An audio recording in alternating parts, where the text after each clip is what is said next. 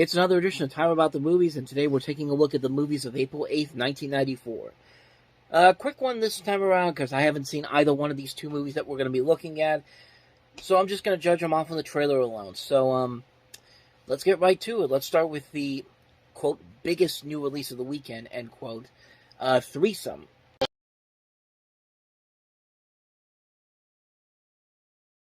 Honestly, I never even heard about this movie until I looked it up, and I'm kind of glad I never looked it up because honestly, it looks pretty bad. Like, you remember when The Big Chill came out in the 80s and you had those knockoff Big Chill movies, the movies that were trying to be like The Big Chill, or even Diner?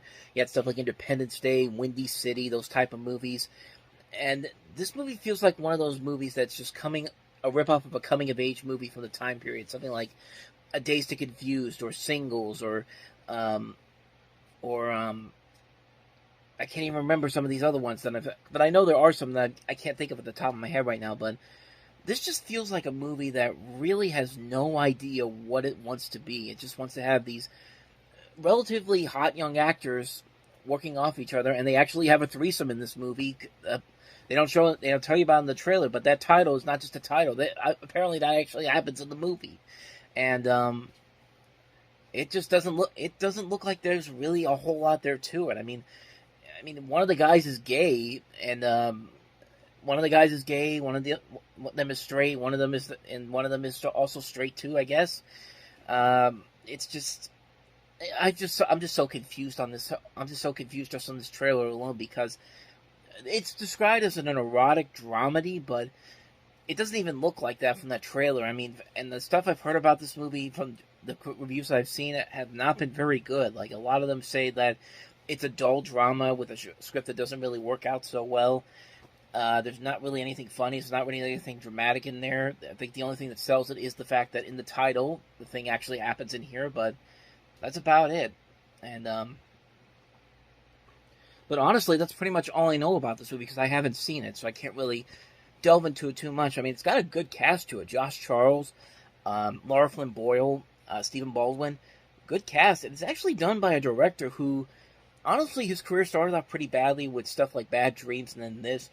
But then kind of after that, it kind of started going off for him. He did stuff like The Craft, a couple of underrated comedies, Dick, The In-Laws, the one with Michael Douglas and Albert Brooks, Hamlet 2.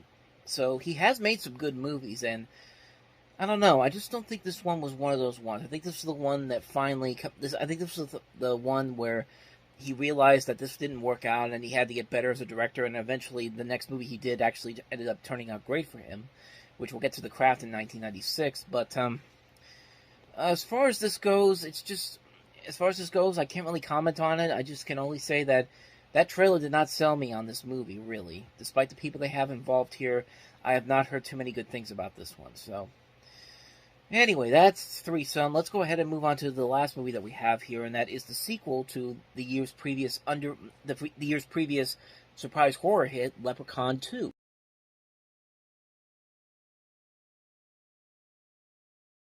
Definitely not the first movie. I mean, the first movie was a fun, silly, over-the-top horror comedy, and this just doesn't have that same spark to it. It's a movie that I felt like they were obligated to make a sequel for. They got the director of The Unborn from 1991, which we talked about on that one. That was not a very good movie.